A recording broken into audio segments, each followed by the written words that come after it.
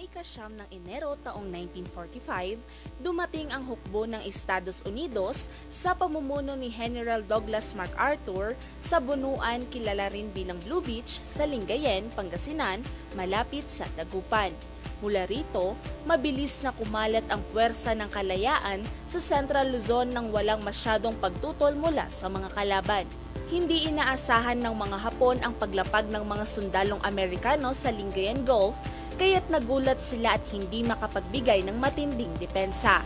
Isa pa, unti-unti nang nauubos ang mga eroplano ng mga Hapon dahilan upang mahirapan silang ipaglaban ang lugar.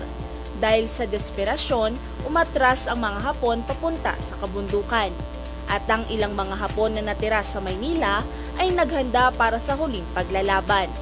Noong ika-4 ng Hulyo taong 1945, matagumpay na idiniklara ni MacArthur ang kalayaan ng Pilipinas mula sa pananakop ng mga Hapon. Ang tagumpay na ito ay naging simula ng panunumbalik ng kapayapaan at pagbangon ng bansang Pilipinas sa mga dayuhang mananakop. Marami pang kwento ng nakaraan na humubog sa kasalukuyan ang ating babalikan dito sa ANKN. Araw ngayon, kwento noon. Ayun. Pala. Si Douglas MacArthur. Oo. Nakita ko yung mga ano niyan, yung mga memorabilia niya dun sa may Lingayen. Oo. Kasi siya ba si nabisita Aisha natin. Loretta? Oo, si Aisha Oo, Loretta. siya din yung, siya rin yung may malaking sa Ormoc.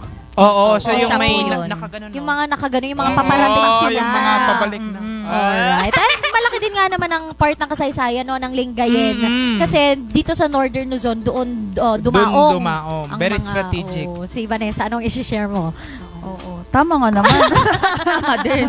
Tama din, alright. Oo, so, ayun malaki pa rin ang naging impact pa rin naman ng mga Americans dito sa ating bansa. Sabi nga nila kahit nasakop nga tayo, which we do not feel happy about naman, Yes. at some point, may mga naiwan din sila. May good no?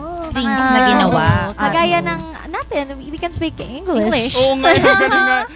Napanganga nga ako kanina. Bakit? Happy Teka lang. about.